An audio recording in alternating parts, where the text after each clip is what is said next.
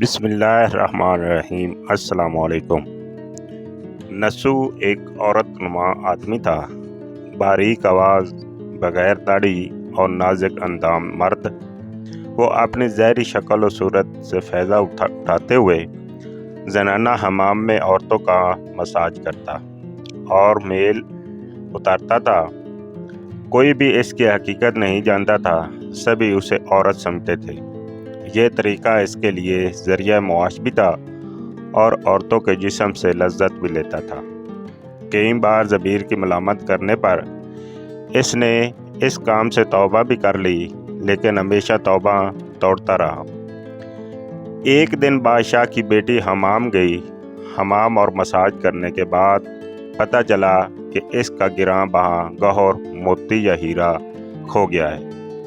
بادشاہ کی بیٹی نے حکم دیا کہ سب کی تلاشی لی جائے۔ سب کی تلاشی لی گئی، ہیرا نہیں ملا۔ نسو رسوائی کے ڈر سے ایک جگہ چھپ گیا۔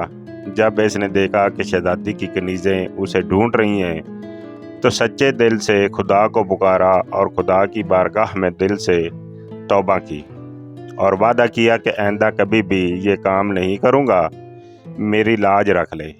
مولا دعا مانگ ہی رہا تھا کہ اچانک باہر سے آواز سنائی دی کہ نسو کو چھوڑ دو، ہیرا مل گیا ہے۔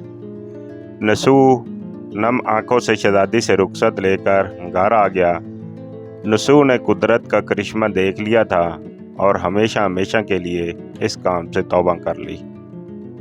کئی دنوں سے حمام نہ جانے پر ایک دن شہزادی نے بلاوا بھیجا کہ حمام آ کر میرا مساج کرے، لیکن نسو نے بہانہ بنایا کہ میرے ہاتھ میں درد ہے، میں مساج نہیں کر سکتا۔ نسو نے دیکھا کہ اس شہر میں رہنا اس کے لیے مناسب نہیں ہے۔ سبھی عورتیں اس کو چاہتی ہیں اور اس کے ہاتھ سے مساج لینا پسند کرتی ہیں۔ جتنا بھی غلط طریقے سے مال کمایا تھا سب غریبوں میں بانٹ دیا اور شہر سے نکل کر کئی میل دور ایک پہاڑی پر ڈیرا ڈال کر اللہ کی عبادت میں مشغول ہو گیا۔ ایک دن اس کی نظر ایک بھینس پر پڑی جو اس کے قریب گھاس چر رہی تھی۔ اس نے سوچا کہ یہ کسی چروائے سے بھاگ کر یہاں آ گئی ہے، جب تک اس کا مالک نہ آ جائے تب تک میں اس کی دیکھ بھال کر لیتا ہوں۔ لہذا اس کی دیکھ بھال کرنے لگا۔ کچھ دن بعد ایک تجارتی قافلہ راستہ بھول کر ادھر آ گیا۔ جو سارے پیاس کی شدت سے نڈال تھے انہوں نے نسو سے پانی مانگا۔ نسو نے سب کو بھینس کا دودھ پلایا اور سب کو سیراب کر دیا۔ قافلے والوں نے نسو سے شہر جانے کا راستہ پوچھا۔ نسو نے ان کو آسان اور نزدیکی راستہ دکھایا۔ نسو کے اخلاق سے متاثر ہو کر تاجروں نے جاتے ہوئے اسے بہت سا مال بطور تحفہ دیا۔ نسو نے ان پیسوں سے وہاں کنواں کھدوا دیا۔ آہستہ آہستہ وہاں لوگ بسنے لگے اور عمارتیں بننے لگی۔ وہاں کے لوگ نسو کو بڑی عزت اور احترام کی نگاہ سے دیکھتے تھے۔ رفتہ رفتہ نسو کی نیکی کے چرچے بادشاہ تک جا پہنچے۔ بادشاہ کے دل میں نسو سے ملنے کا اشتیاق پیدا ہوا۔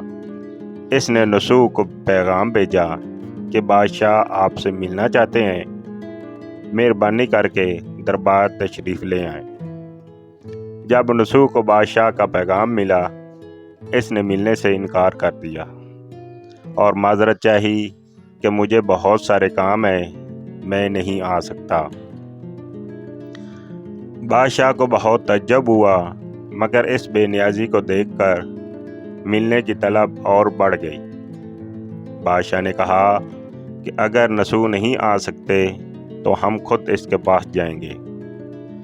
جب بادشاہ نسو کے علاقے میں داخل ہوا خدا کی طرف سے ملک الموت کو حکم ہوا کہ بادشاہ کی روح قبض کر لے، چونکہ بادشاہ بطور عقیدت مند نسو کو ملنے آ رہا تھا اور رعایا بھی نسو کی خوبیوں کی گرویدہ تھی۔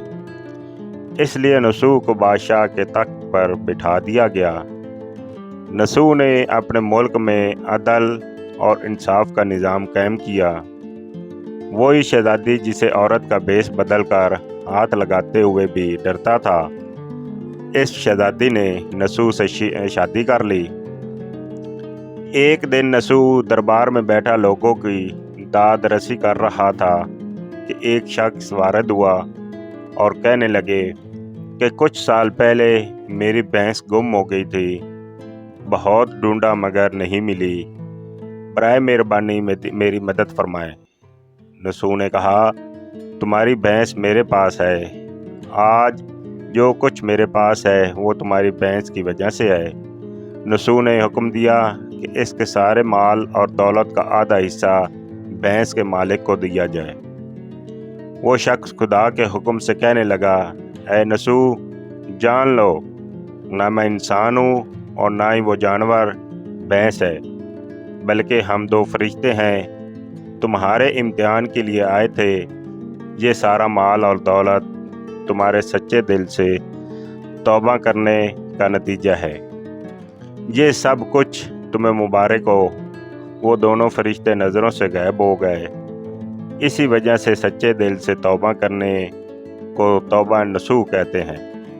تاریخ کی کتب میں نسوح کو بنی اسرائیل کے ایک بڑے عابد کی حیثیت سے لکھا گیا ہے، اور اس سے سبق یہ ملتا ہے، نسوح رزق کمانے کے لیے اللہ کا ناپسندیدہ کام کیا کرتا تھا۔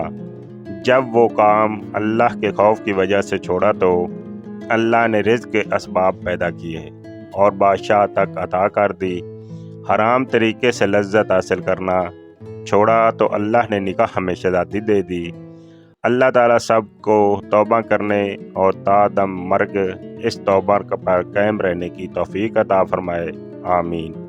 اگر آپ کو میرا واقعہ پسند آیا ہو تو اس چینل کو لائک اور سبسکرائب کیجیے اور دوستوں کو تک شیئر بھی کیجیے۔ شکریہ۔